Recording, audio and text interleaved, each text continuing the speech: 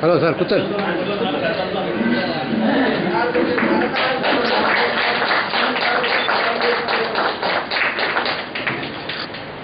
తెలుగు సాహిత్యం మిగుల్చుకోవాల్సిన విమర్శకుడు నారాయణ స్వామి.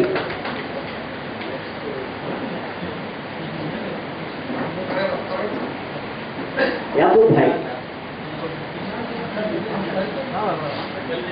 మాట మాట్లాడదాం ఒకటి.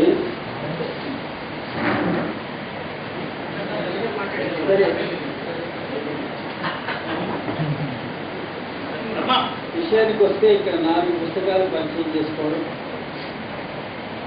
ఒక సాహిత్య వాతావరణాన్ని సృష్టించడం కోసమే కవి సంగమం పుట్టింది.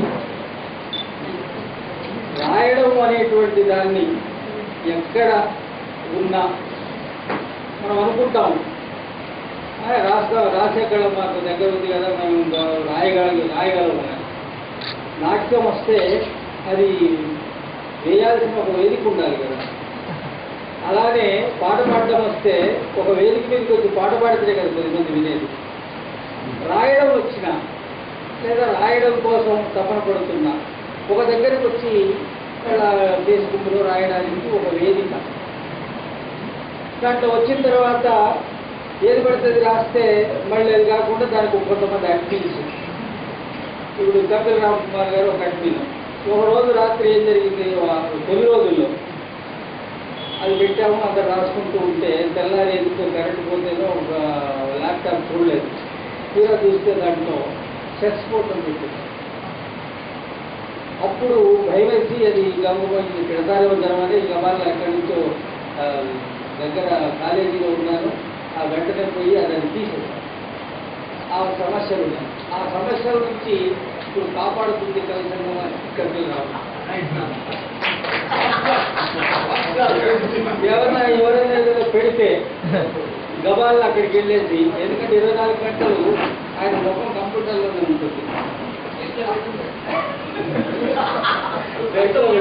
కావాలని తీసేస్తున్నాడు. కాబట్టి సంరక్షకుడు. రెండవది ఏంటంటే రాష్ట్రం మనకు ఉన్నటువంటి వ్యక్తిగతమైనటువంటి అనేక సమస్యలు ఉంటాయి. ఇవాళ వాహిద్ బాగా కొత్త పద్యం రాసేసి బాగా ఎక్కువ లైకులు కామెంట్స్ వచ్చినా కూడా నాకు మండుద్ది పక్కన. ఎన్ని లైకులు వస్తున్నాయి, ఎన్ని కామెంట్స్, నేనేమయ్యాను.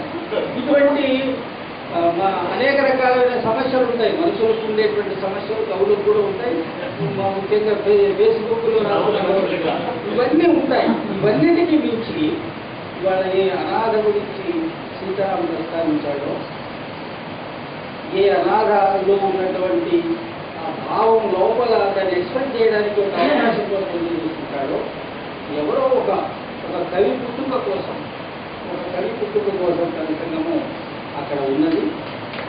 తర్వాత రెగ్యులర్గా అది అలా ఉంది, దాన్ని అలా ఉంటుందిలే అనుకోకుండా వీళ్ళందరినీ ఏదో ఒక విషయంలో కలపాలని ప్రతి నెల కవి సంగమానికి సంబంధించిన ఒక 5గురితో కవిత పట్టడం ఏదో ఒక విధంగా అదొక విషయం.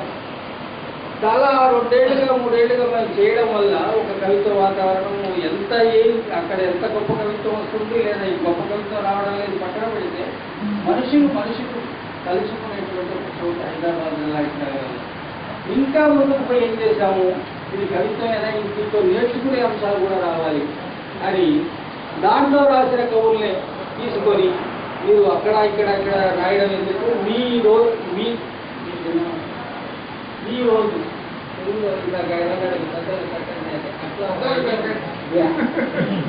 ఒక కవి గురించి మీకు నచ్చిన ఆ వారంలో వచ్చిన కవి గురించి రాయండి అంటే పెద్ద మనసుతో నారాయణ శర్మ గారు ఆయన అధ్యయనం.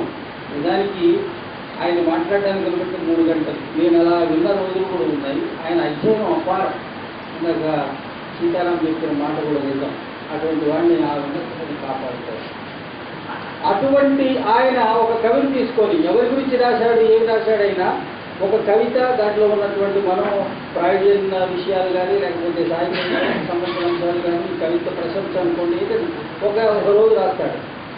అలానే వాహేద్ ఉర్దూకు సంబంధించిన ఇప్పుడు ఉన్నటువంటి సమాజ స్థితిగతుల్లో ఉన్నటువంటి ఒక లౌకిక ప్రజాస్వామిక దృక్పథం అలవడాలి. ఆ లిటరేచర్లో కూడా ఏముందో తెలుసుకోవాలి. అందుకోసం ఈయన చేస్తాడు. పర్యావరణం గురించి ప్రస్తావించాడు. సత్యా శ్రీనివాసు రాయని భాస్కరుడు, ఎప్పుడో తప్ప పెన్ను పట్టాడు, ఎప్పుడో తప్ప రాయడు. అటువంటి వాడిని ప్రపంచంలో ఉన్న పర్యావరణ సందర్భంతో వచ్చినటువంటి కవిత్వము దీన్ని గుర్తుపెట్టడం కోసం అది ఇవాళ అది అద్భుతమైన ప్రయోగం. బహుశా రాబోయే కాలంలో అక్కడక్కడ వేరు వాళ్ళు చెప్తూ ఉన్న విషయాలు ఉన్న పర్యావరణం గురించి ఒక ట్రెండ్ సెట్టింగ్ కాలంలాగా అది భవిష్యత్తులో తెలుగు సాహిత్యము పర్యావరణ దృక్పథము అనేటువంటిది కవి సంఘం ద్వారానే మొదలుపెట్టారు. ఇలా నవనీరమూర్తి గారు అని అన్నాడు, బెంగళూరులో రిటైర్ అయిపోయి ఆయన పనులు ఉంటాయి.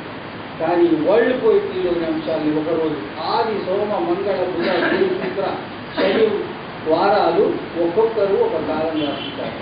కొంతమంది ముందు రాసిన వాళ్ళు ఉన్నారు, ఆపారు. నేను చదివిన కవిత సంస్కృతి రాజారాం గారు అనే ఆయన లెక్చరర్ సంఘానికి అధ్యక్షుడు. కానీ ఆయన కవిత్వం అంటే ఇష్టం, పుస్తకాలు చదువుతుంటాడు. అది చదివి నోట్స్ రాస్తుంటాడు. ఇదంతా జరుగుతున్నది కేవలం సరే కవి సంగమము అని పెట్టడం వల్ల కవి సంగమం యొక్క పేరు బాగా ప్రసిద్ధమైంది. ఇవాళ సీతారాము దాంట్లో రాస్తున్నారు, సీతారాం ఎక్కడ అంటే కవి సంగమంలో రాశాడు, కవి సంగమం మంచి చేస్తున్నారు రాస్తున్నారు.